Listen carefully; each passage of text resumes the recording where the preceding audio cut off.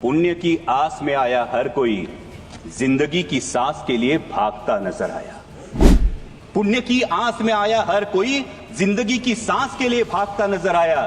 भगदड़ में हाथ से हाथ छूट गए, अपनों से अपने बिछड़ गए, सपने सारे बिखर गए, इंसानों तले इंसान कुचल गए। जहां सजा था आस्था का उत्सव, वही अब मौत का तांडव उफान पर था।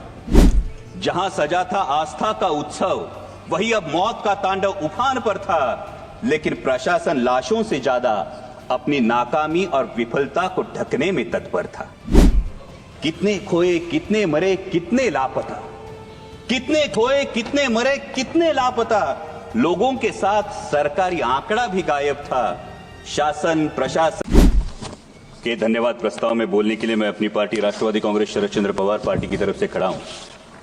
और सबसे पहले मैं भूतपूर्व प्रधानमंत्री स्वर्गीय मनमोहन सिंह जी के प्रति अपनी पार्टी की ओर से श्रद्धांजलि अर्पण करना चाहूंगा। अध्यक्ष महोदय, जो कि मेरे पार्टी से 2 मेंबर बोलने वाले हैं, इसलिए बहुत संक्षेप में अपनी बात कहूंगा। महामहिम राष्ट्रपति जी ने अपने अभिभाषण में प्रयागराज में चले महाकुंभ की भी बात की और वैसे ही मिडिल क्लास की भी बहुत बात की। तो इस मिडिल क्लास के नजरिए से महाकुंभ क्या है, इस पे कुछ पंक्तियां लिखी है, वही पंक्तियां मैं सुनाना चाहूंगा।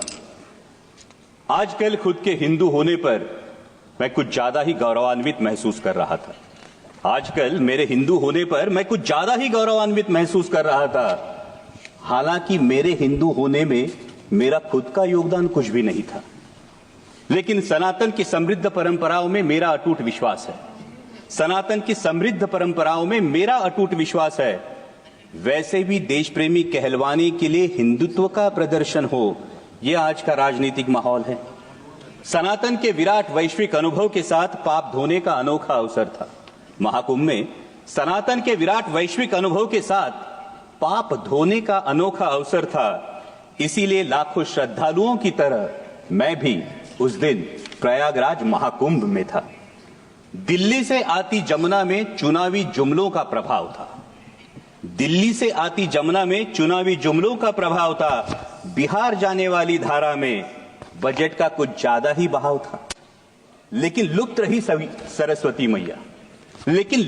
सरस्वती मैया, क्योंकि शायद आज की राजनीति में सद विवेक का थोड़ा सा अभाव था। धन्य हो गंगा मैया, धन्य हो गंगा मैया, जिसने सारे पापों के साथ सभी को अपनाया। महंगाई, बेरोजगारी और तमाम विफलताओं को किसी ने आस्था की चादर के आड़ छुपा दिया। उसी आस्था के साथ डुबकी लेने वाला मैं ये देख के हैरान रह गया। उसी आस्था के साथ डुबकी लेने वाला मैं ये देख के हैरान रह गया। मुझसे भी गहरे पानी में कोई लगातार गोते खा रहा था। मुझसे भी गहरे पानी में कोई लगातार गोते खा रहा था। अनजाना नहीं था, जाना पहचाना था। वो मेरे देश का रुपया था। वो मेरे देश का रुपया था। नजरअंदाज करते हुए मैंने खुद को समझाया। उसको नजरअंदाज करते हुए मैंने खुद को समझाया। चिंता की कोई बात नहीं, अर्थव्यवस्था तो 5वें पायदान पे है। चिंता की कोई बात नहीं, अर्थव्यवस्था तो 5वें पायदान पे है। तभी कानों में फुसफुसाई गंगा मैया, पर कैपिटा जीडीपी में बालक हम 141वें स्थान पे है। लेकिन ये सब सोचने की मुझे क्या जरूरत?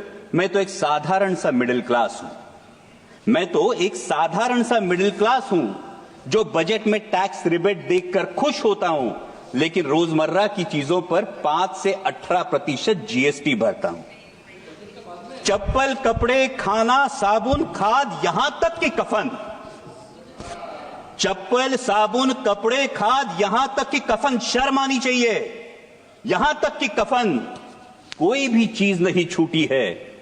दर्द तो होता है लेकिन जख्म नहीं दिखता। इनडायरेक्ट टैक्स जीएसटी की यही तो खूबी है।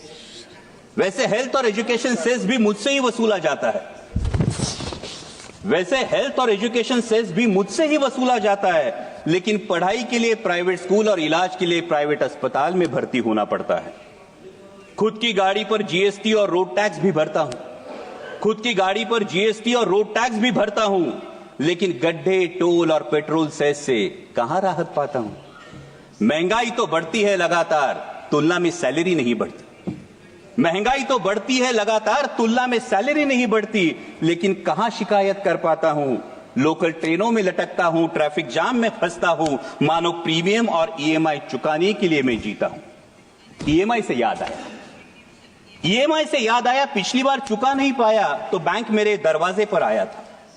पिछली बार ईएमआई चुका नहीं पाया तो बैंक मेरे दरवाजे पर आया था। उसी बैंक से करोड़ों की ऋण माफी लेने वाला पूंजीपति कुछ दिन पहले ही शाही स्नान कर चुका था। गुस्सा तो आता है, पर कर भी क्या सकता हूं। ज्यादा से ज्यादा ताव में सोशल मीडिया पर लिख देता हूं, क्योंकि मैं हूं ही कौन, मेरा वजूद क्या। मैं एक साधारण सा मिडिल क्लास हूं, लेकिन विचारों की श्रृंखला को तोड़ अगली डुबकी लेने ही वाला था। तभी कानों पर शोर आया, पुण्य की आस में आया हर कोई, जिंदगी की सांस के लिए भागता नजर आया।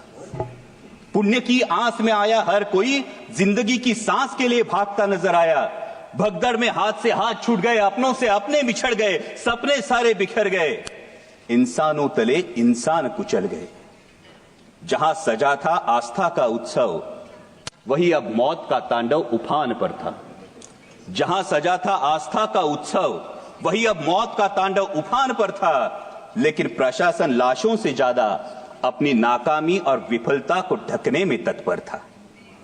कितने खोए, कितने मरे, कितने लापता, कितने खोए, कितने मरे, कितने लापता। लोगों के साथ सरकारी आंकड़ा भी गायब था। शासन प्रशासन हर कोई चुप्पी साधे, शासन प्रशासन मीडिया हर कोई चुप्पी साधे। शायद किसी के लिए मानवता से ज्यादा इवेंट होना जरूरी था। ये इवेंट होना जरूरी था। मानो महाकुंभ की आस्था की आड़ में सत्ता की लालसा मचल रही थी। गंगा किनारे इंसानों के बाद अब इंसानियत कुचल रही थी। थर्राई गंगा मैया फिर संभल कर बोली, किनारे पर लाशों के अंबार नए नहीं है मेरे लिए। किनारे पर लाशों के अंबार नए नहीं है मेरे लिए। पाप तो धो दूंगी तुम्हारे, लेकिन यह वचन देना होगा कि इस सत्ता की लालसा में एक दिन लोकतंत्र भी लाश न बन जाए। ध्यान रखना होगा तुम्हें भारत के भविष्य के लिए। भावभीनी नजरों से मैंने आखिरी डुबकी लगाई। पापों का तो पता नहीं, अंधभक्ति की पट्टी जरूर खुल गई। धन्य हो गंगा मैया, जिसने भावनाओं से बढ़कर जिम्मेदारी की जोत जलाई। एक मिडिल क्लास को उसके भारतीय होने के कर्तव्य की याद दिलाई।